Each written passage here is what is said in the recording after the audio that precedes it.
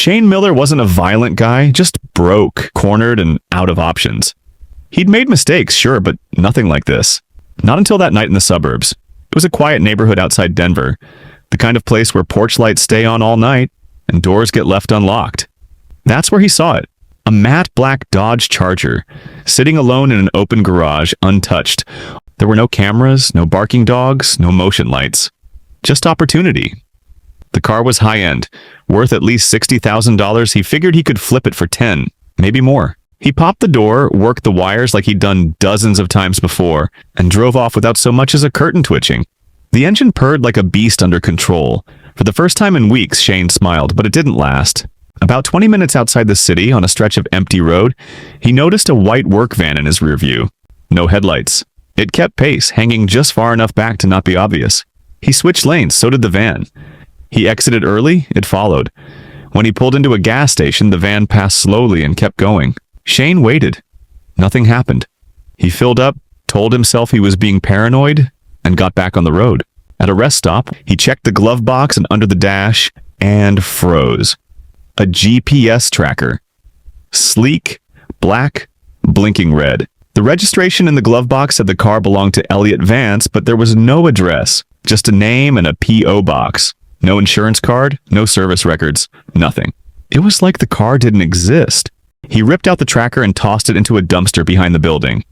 Shane didn't want any part of this.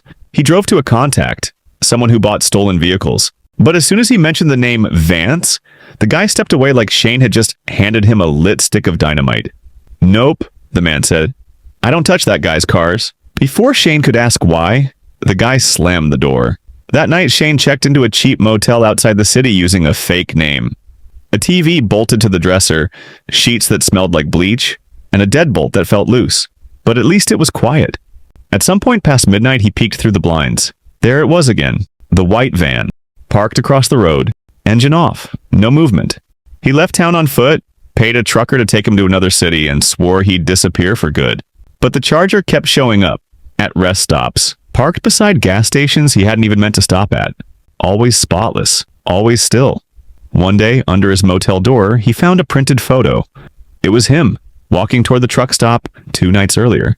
On the back, in pen, "You chose this." Shane didn't have a plan anymore. He was just trying to stay alive, but it didn't work. He woke up in darkness, strapped to a chair, duct tape around his wrists, ankles, chest. In front of him sat the Charger. Then a man stepped out of the shadows. Older, calm, just a plain shirt and gloves. Quiet, controlled. Elliot Vance. He crouched in front of Shane, studying him. "I don't sell the car," he said flatly. "I don't report it stolen." "Wait," Shane's voice cracked. "Why?" Elliot's expression didn't change.